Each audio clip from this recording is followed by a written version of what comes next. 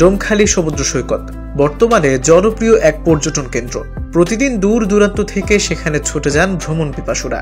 দুপুর গড়িয়ে বিকেলের শুরুতে মানুষের ভিড় বাড়তে থাকে এই সৈকতে। বিশেষ করে শুক্রবার ও শনিবার পর্যটকের ভিড় আরও বাড়ে।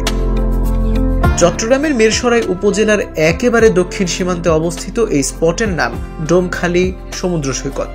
আর পশ্চিম পাশে তাকালে চোখে পড়বে শুধু পানি আর পানি।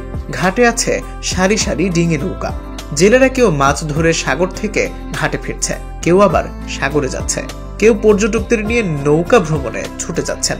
এমন নৈসর্গিক মনোমুগ্ধকর দৃশ্য দেখার জন্য সেখানে প্রতিদিন ছুটে যাচ্ছেন অসংখ্য ভ্রমণ পিপাসু মানুষ। দেখতে অনেকটা পতেঙ্গা সমুদ্র সৈকতের মতো এই ডোমখালি সমুদ্র সৈকত।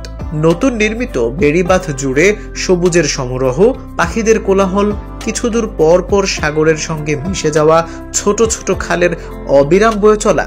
বাঁধের পূর্বে গ্রামীণ জনপদ আর দক্ষিণে সাগরের কোল জুড়ে ম্যানগ্রোভ বন। এসব প্রাকৃতিক সৌন্দর্যে মুগ্ধ হবে যে কেউ। বিস্তৃত চর জুড়ে কেওড়া গাছের সমাহার, আছে হরেক রকমের বৃক্ষ। পথে পথে দেখা মিলে সামুদ্রিক বিভিন্ন প্রজাতির মাছ। কোলাহল মুক্ত পরিবেশ, পাখির কলকাকলি, বিশুদ্ধ বাতাস, লাল কাঁকড়া, বনের ভেতর হরিণের আনাগোনা আর নৌকা ভ্রমণ সত্যি আপনাকে দেবে অসাধারণ অভিজ্ঞতা।